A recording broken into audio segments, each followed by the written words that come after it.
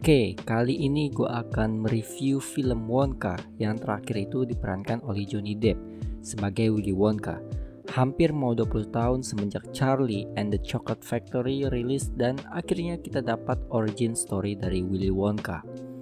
Meskipun berbeda dari yang tahun 2005 dari background story, jadi menurut gue film ini bukan prequel dari tahun 2005 menurut gue ya. Wonka menceritakan awal perjalanan Willy Wonka yang berusaha untuk membuka toko dan menjual coklat terbaiknya. Tentunya bakalan ada persaingan antara Wonka dengan pesaing coklat lainnya. Namun seperti film keluarga pada umumnya, Wonka memiliki cerita yang ringan dan alurnya tertebak, tapi bukan berarti film ini jelek. Berkat Paul King, sutradara dari Paddington 1 dan 2, membuat film ini terasa sangat hidup. Gue cukup berekspektasi tinggi untuk film ini ya, karena memang Paddington 1 dan 2 sebagus itu.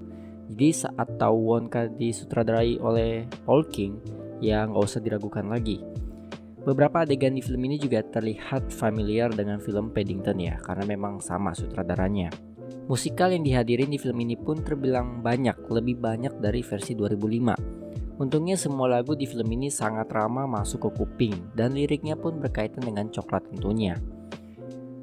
Film ini masih memakai formula cerita yang rata-rata digunakan untuk film keluarga. Ya, ada adegan terpuruk, kemudian bangkit, dan sebagainya. Salah satu yang lucu di film ini yaitu cara Wonka menjual coklatnya.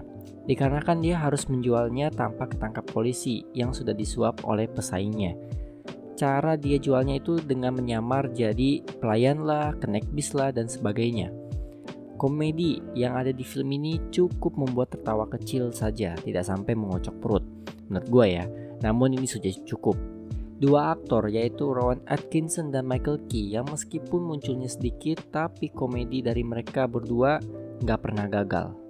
Lalu unsur-unsur entah magic atau apa ya sebutannya ya, yang mana coklatnya Wonka itu ada yang dibuat bisa terbang dan ada juga yang bikin rambut jadi panjang.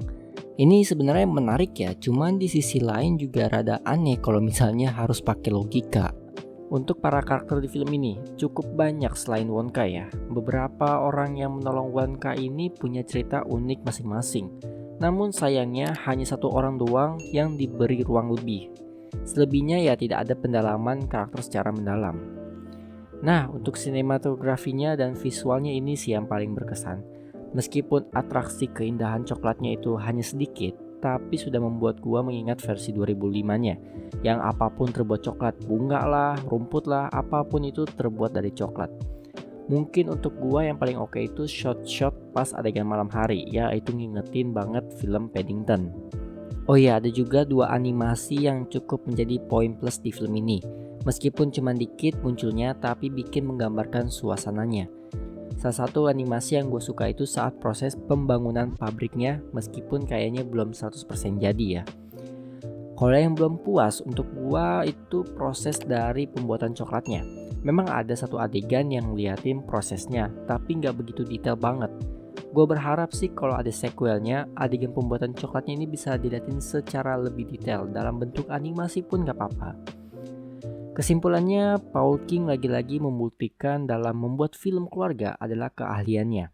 Sangat susah membuat konsistensi film yang bagus. So, kalau ada sequel dari Wonka atau Paddington 2, gue harap Paul King bisa kembali. So, itu saja review dari gue. Terima kasih bagi yang sudah menonton, like, comment, subscribe. Gue Rakis, signing out.